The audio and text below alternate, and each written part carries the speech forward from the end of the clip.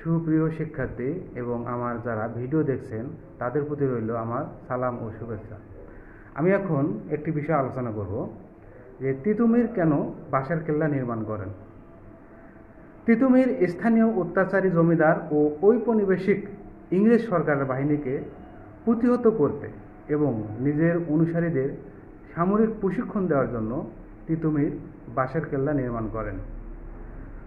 পশ্চিমবঙ্গের বাসিন্দা তিতুমির দরিদ্র কৃষকদের সাথে নিয়ে অত্যাচারী জমিদার এবং ব্রিটিশ নীলকরদের বিরুদ্ধে আন্দোলন শুরু করেন। তার আন্দোলন 24 পরগনা ও নদিয়া জেলার কৃষক তাঁতিদের মধ্যে জনপ্রিয়তা লাভ করে। এক সময় সরকার সহ ক্ষমতাবানদের সাথে তাদের সংঘাত শুরু হয়। জমিদার বাহিনী এবং ব্রিটিশ সরকারের সেনাদল তিতুমিরের হাতে কয়েকবার পরাজিত হয়।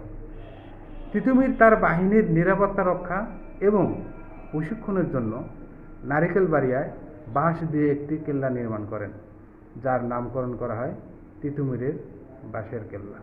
ধন্যবাদ সবাইকে।